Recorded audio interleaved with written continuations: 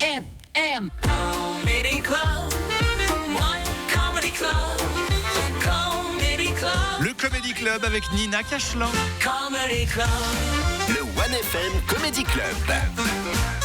Et comme chaque semaine, on prend des nouvelles de sa merveilleuse semaine. Nina, comment ça va ? Moi, tout va bien. Cette semaine, j'ai reçu un mail qui me disait « Bonjour, je me permets de revenir vers vous suite à notre mail du 20 mars 2024. Restez sans réponse concernant votre demande de location de salle. Je vous confirme que notre salle n'était pas disponible à la date demandée, cordialement. » Mais quoi ? Le 20 mars 2024 ? Ça fait donc 8 mois que cette personne n'a pas répondu. Et cette semaine, elle a eu un cas de conscience. Elle s'est dit genre, quand même, c'est pas poli. Non mais pourquoi faire ? Est-ce que tu sais, elle a une très très longue to-do list et que cette semaine, elle répond au mail qu'elle a pas traité depuis 2006. Je sais pas, bon moi du coup, j'ai préparé ma réponse qui sera, je vous remercie pour votre email, je vous confirme que j'en ai rien à foutre. J'espère que mon message vous trouve en bonne forme et que vous passez un bel été. Voilà, parce que du coup, je prévois de lui l'envoyer en juin 2025. Histoire de maintenir un peu la tension. Mais c'est fou quand on y pense. Là, moi, j'étais choquée du délai parce que, tu sais, on est sur une messagerie instantanée, donc normalement, c'est super rare d'avoir autant d'attentes. Mais à l'époque, c'était normal. Oui. Franchement, t'envoyais un courrier, tu soignais la forme parce qu'ensuite, t'avais un messager qui faisait peut-être 2 mois de voyage pour te l'amener. Ah bah, c'était pénible si t'oubliais les pièces jointes.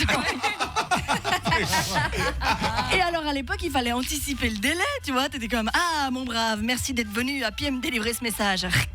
Oh, quelle bonne nouvelle! Un courrier me donnant des nouvelles de mon frère. Il a stabilisé son état et est dorénavant guéri. Oh, la tuberculose n'aura pas raison de lui. Oh, mais qu'est-ce donc? Un nouveau messager à cheval cette fois-ci avec un nouveau courrier. Bah non, en fait mon frère est mort. Ils l'ont enterré il y a 2 semaines. Sale journée. Mais là du coup moi ça m'excite un petit peu parce que du coup c'est ma première relation épistolaire. Voilà, la classe.